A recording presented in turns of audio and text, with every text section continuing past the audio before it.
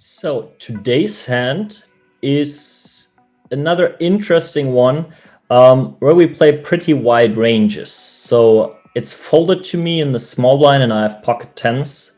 I open raise to 3x. I'm playing without a limping strategy. So every hand I'm playing, I will do that. We are playing on L2000 here and villain ends up calling. Flop is 9-5 deuce, 9-4 deuce rainbow, which is already pretty interesting. Thinking about which strategy I want to use. On that board, I think it makes a lot of sense to use a bigger sizing to attack all kinds of villains, overcards, backdoor stuff. Even if he has something like King 6, right? It's like, it's not a really weak hand. He has some potential. So I have the clear advantage given my overpairs that I'm having that he does not have in his flatting range. So I want to make use of that. Pocket tens clearly have the incentive to get money in right now before like the board changes, and the board will always change. So the other option would be a check raise or a large bet for me here. And this time I decided to bet big.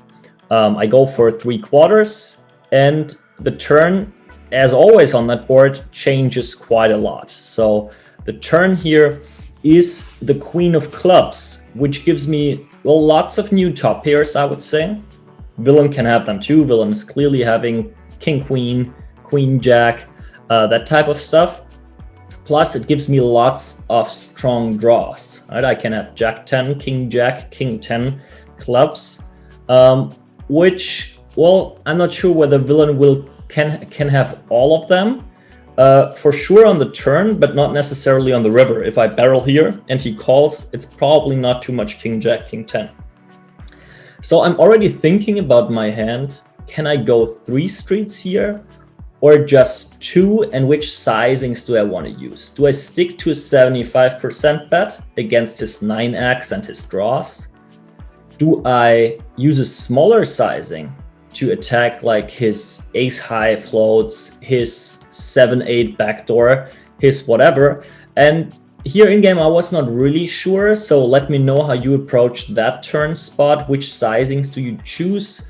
I decided to go for the 75% bet again, but already knowing that I'm not sure what I will do on a brick river. It feels like I still might have some value. Let's say the river is a 6 of spades. Is that good for another block bet, or does villain already have too many queen x and better hands?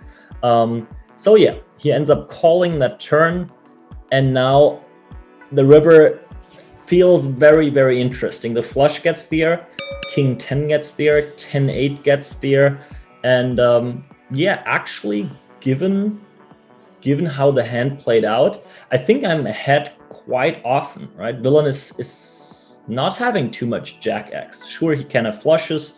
I block some of them, but his main hand strength should still be 9x, right? He has 9-8 offsuit, 9-10, king 9, ace 9, all the other suited nines, obviously some 2 pairs as well.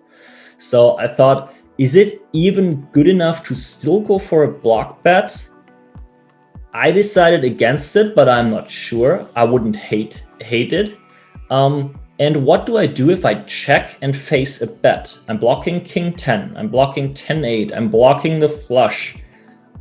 If he bets, what are you guys doing? So 2 questions again for you. Do you think we still have a bet here, given how the hand played out? And if I check, which I decided to do, what do you do facing, let's say, a 75% bet or a pot bet? Sometimes thinking about check jamming, sometimes calling, expecting which hands to bluff. I thought that's a very, very interesting spot, and he tanked and ended up checking back that pretty classic 9-7 where he did not have too many options to do anything else, I guess.